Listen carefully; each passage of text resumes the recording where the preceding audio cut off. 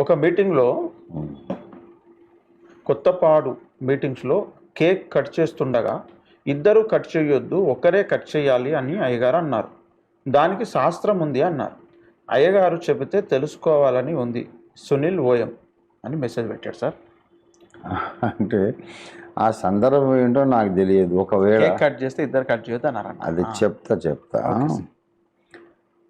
ఇప్పుడు బర్త్డే జరుపుకుంటున్నది ఒక యవనస్తురాలైన ఆడపిల్ల అనుకోండి. పాపం అమాయకురాలు, ముందు వెనుక ఆలోచించకుండా ఇన్నోసెంట్గా అయ్యగారు మీరు కూడా పట్టుకొని కత్తి కలిసి కట్ చేద్దామని అన్నదని నేను అప్పుడు ఒప్పుకోను. ఎందుకంటే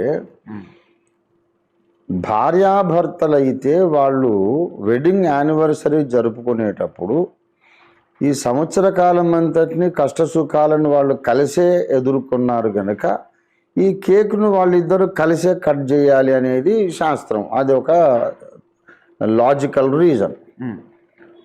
నేను ఆమెకు ఏ విధంగా కూడా ఏ చుట్టము కాదు. నేను దైవజనుని, సంఘ కాపరిని. ఒక యవనస్తురాలు చెయ్యి నేను పట్టుకుని ఇద్దరం కలిసి కేక్ కట్ చేస్తే నేను ఆమె జీవిత భాగస్వామిని కాదు. అది చాలా రాంగ్ పిక్చర్ ఇస్తుంది. అందుచేత అలాంటప్పుడు నేను వద్దమ్మా, నేను పట్టుకోకూడదు, నువ్వే చెయ్యని అంటాను. తర్వాత వాళ్ళు ఒకవేళ భార్యాభర్తలే అనుకోండి.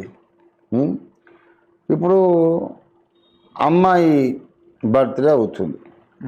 అప్పుడు భర్త ఈమె కలిసి కేక్ ఎందుకు కోయాలి? ఇప్పుడు ఆమె బర్త్డే అయినప్పుడు ఆమె కేక్ కోయాలి.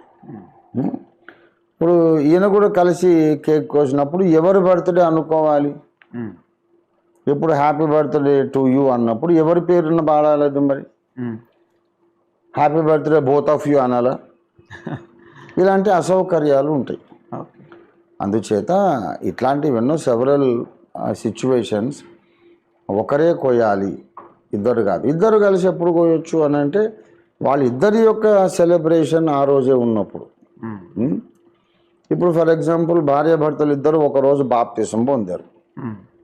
సంవత్సరం అయ్యాక ఆత్మీయ జన్మదినం జరుపుకుంటున్నారు. అప్పుడు ఆ బర్త్డే కేక్ స్పిరిచువల్ బర్త్డే ఇద్దరిని కలిపిపోయామని చెప్తాం. ఇప్పుడు యాక్చువల్గా ఇద్దరు కలిసి కేక్ కట్ చేయడము మ్యారేజ్ రిసెప్షన్లో చేస్తాం.